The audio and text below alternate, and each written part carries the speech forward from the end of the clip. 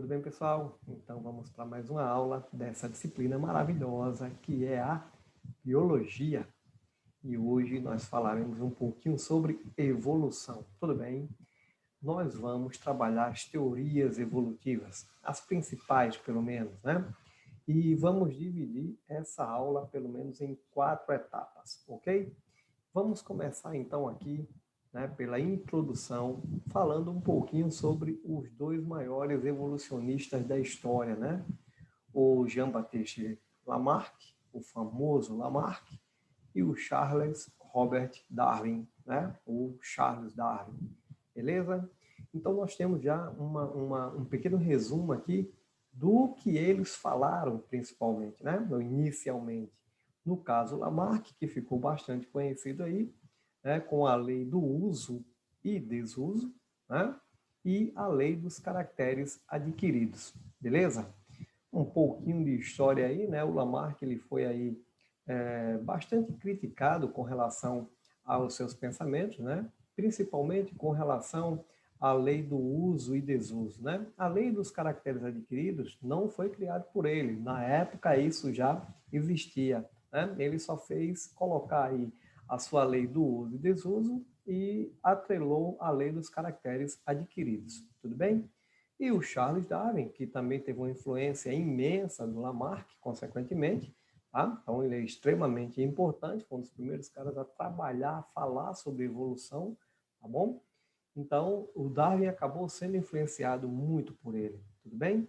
E ele tem lá como premissa, né, a existência de variações dentro da espécie, tá? E o princípio da seleção natural. Tranquilo? Então nós vamos iniciar aqui com a teoria do Lamarck, né? Inicialmente aí o chamado lamarckismo, tudo bem? Então aí, pessoal, no século XIX, né, o naturalista francês Jean-Baptiste Lamarck, ele lançou as suas principais ideias em relação à evolução das espécies, né? Segundo ele, as espécies poderiam se modificar ao longo do tempo, mediante aí a dois princípios, né? Como falamos inicialmente, que é a lei do uso e desuso, tudo bem? Ou seja, uma necessidade de adaptação ao meio poderá fazer com que o órgão seja mais utilizado, ou seja, o uso, né? Quanto mais se usar aquele órgão, né? Ia proporcionar um desenvolvimento ao longo do tempo aí desse órgão, né? Por outro lado, se o órgão for pouco exigido, né, a questão aqui do desuso, ele tenderá a se atrofiar ao longo do tempo. Tá? Nós sabemos que para algumas situações, se você estiver falando, por exemplo, aí no nosso tecido muscular, isso realmente acontece, né? Mas não vai acontecer no pensamento do Lamarck em todas as situações, tá? Esse foi o grande problema, né? Que ele acreditava que em todas as situações isso iria acontecer, tá? E não é bem assim que acontece. E a sua segunda lei aqui, a lei dos caracteres adquiridos, né? Então, uma característica adquirida durante a vida pelo uso ou desuso, né? Então, ele atrelou isso aí à sua primeira lei, né? Ela é transmitida para as gerações seguintes, tá? Então, aí ele imaginava que isso acontecia, mas ele não sabia explicar muito bem. Mas isso, os caracteres adquiridos, já era um conhecimento da época, tá? Ele só fez pegar esse conhecimento, que ele também acreditava nisso, tá? E atrelou aí a sua lei do uso e do desuso, né? Então, essas características que eram adquiridas, elas eram passadas para as outras gerações, tá? Então, foi um outro problema aí que também aconteceu com o Lamarck, tudo bem? Bom, então nós temos aqui de maneira geral, né? Você tem uma exigência ambiental, né? Então, as condições do ambiente, tá? Você tem uma necessidade de adaptação, falando aí dos seres vivos, né? De todo e qualquer ser vivo tem uma necessidade de adaptação, tá? O que ele pensava, o Lamarck, né? Com o uso, né? Uma estrutura mais exigida, a estrutura ia se desenvolver e as características iam ser transmitidas aos descendentes, né? Mesma situação, com a necessidade de adaptação, você poderia ter aí a questão do desuso, né? Uma estrutura menos exigida, tá? A estrutura iria se atrofiar consequentemente, as características também seriam transmitidas aos descendentes, né? Então, esse foi um grande problema aí do Lamarck, né? Na época, isso ainda ficou em voga, né, por algum tempo, tá? Mas depois ele foi aí perdendo força esse seu pensamento, né? Vamos aqui, então, um exemplo aí clássico, né, que aparece aí na maioria dos livros didáticos, né, que tenta representar as ideias de Lamarck, né? E embora aí o próprio Lamarck, né, no seu livro aí Filosofia Zoológica, né, que foi publicado em 1809, ano do nascimento aí de Charles Darwin, né? Lamarck nunca citou esse exemplo, ele nunca falou aí nessa questão da girafa, né? Então, mas colocaram essa questão aí porque é um exemplo muito didático, tá? É bem verdade que ele tem aí alguns erros, né? A gente vai comentar isso, né? Mas ele é muito didático e dá para você entender muito bem o pensamento do Lamarck, né? Justamente a questão aí do desenvolvimento aí do pescoço da girafa, tá? Então, o que eles pensavam? Né? Os ancestrais das girafas teriam um pescoço curto e pela necessidade de alcançar as folhas, né? Então, tinha o pescoço curto, tentando alcançar as folhas aí, tá? Devido à escassez do alimento, né? Constantemente realizavam exercício de estar, o quê? Esticando o pescoço, né? Então, com o tempo, o pescoço do animal teria crescido, né? E essa característica teria sido transmitida para as gerações seguintes. Tá? Então, de tanto fazer força para alcançar aqui as folhas mais altas, né? Aí o pescoço ia ficando, né? O uso, né? No caso aqui, usando bastante, né? Ia ficando mais longo e, nesse caso, conseguia passar para os descendentes. Era o que falava aí o lamarquismo, né? Então, nós temos uma observaçãozinha aqui, ó. Hoje em dia, né, as ideias de Lamarck, elas são pouco aceitas, especialmente a lei dos caracteres adquiridos, né?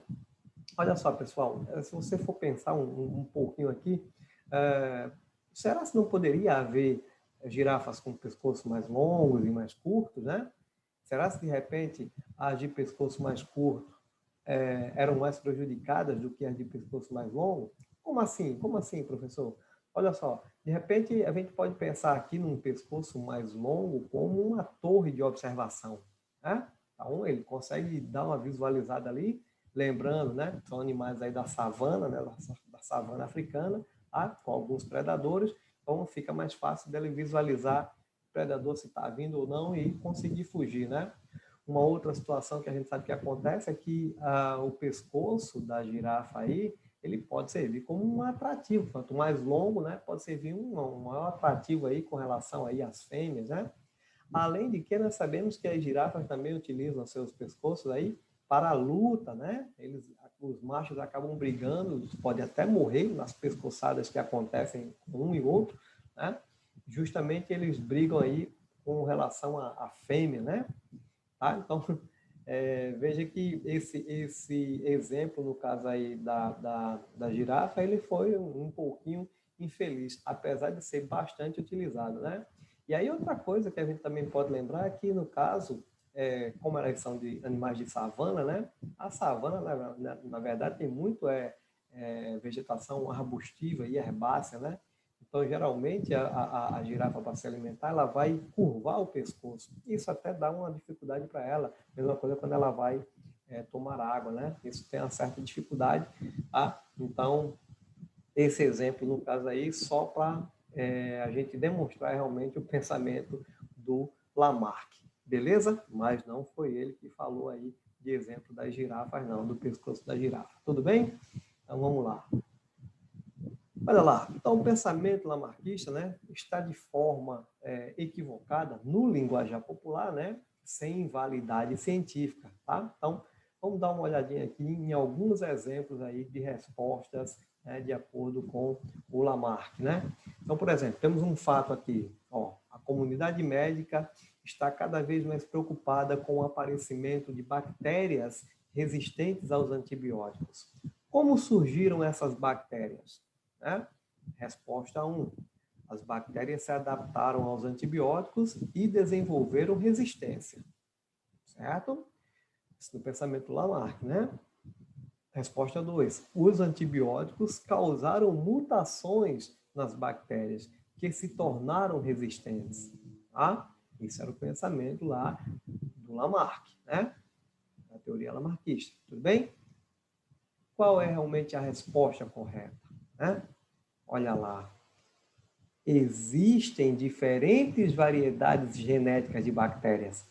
Os antibióticos, eles selecionam a variedade genética de bactérias resistente aos antibióticos. É o que Darwin chama de seleção natural, né? Não vai ser o ambiente aí, né, que vai forçar, no caso aí, para que esses organismos tenham uma adaptação, né? As bactérias vão se adaptar aos antibióticos e vão desenvolver resistência por causa disso, né?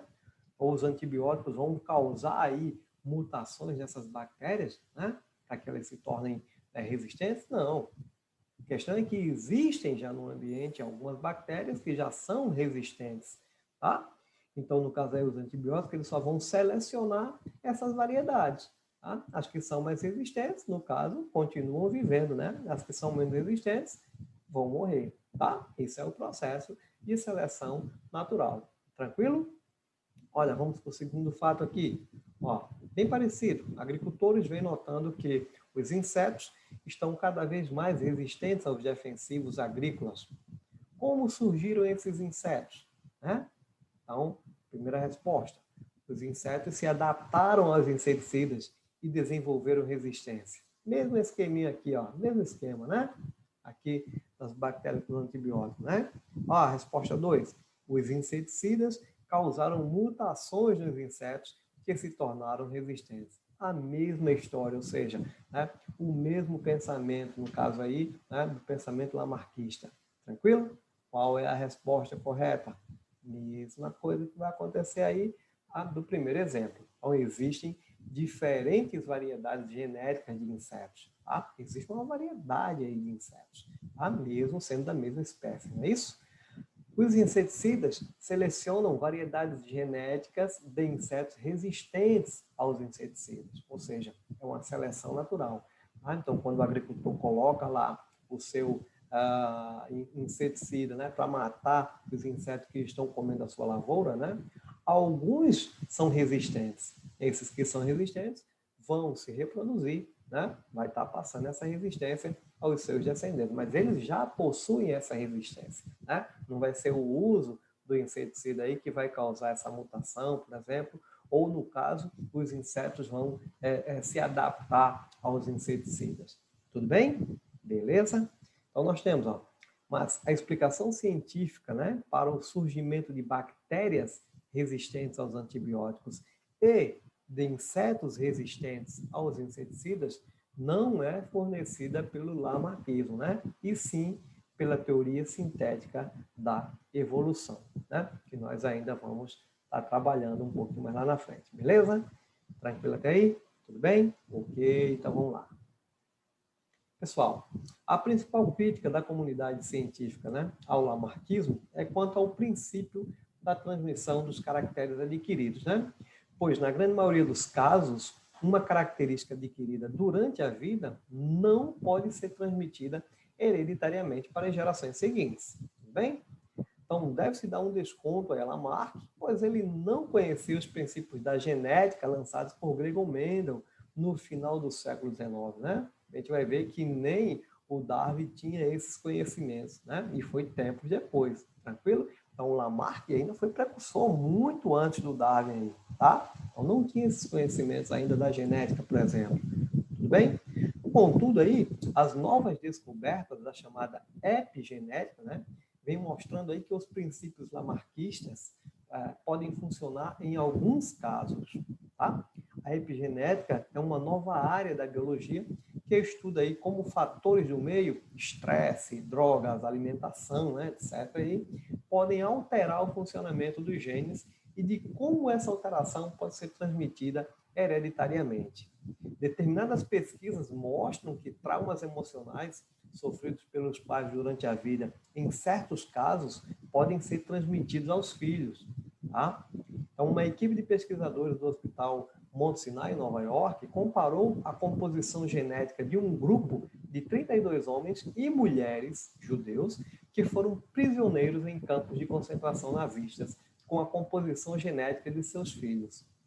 pesquisa concluiu que as alterações do funcionamento do material genético dos pais vítimas desse triste episódio foram possivelmente transmitidas aos filhos, tornando-os mais sujeitos à ansiedade e ao estresse. Então veja que isso, tempos depois que a gente veio descobrir, né, em algumas situações, pequenas situações, que isso pode acontecer. Tá? Ou seja, o Lamarck não estava lá totalmente errado, né?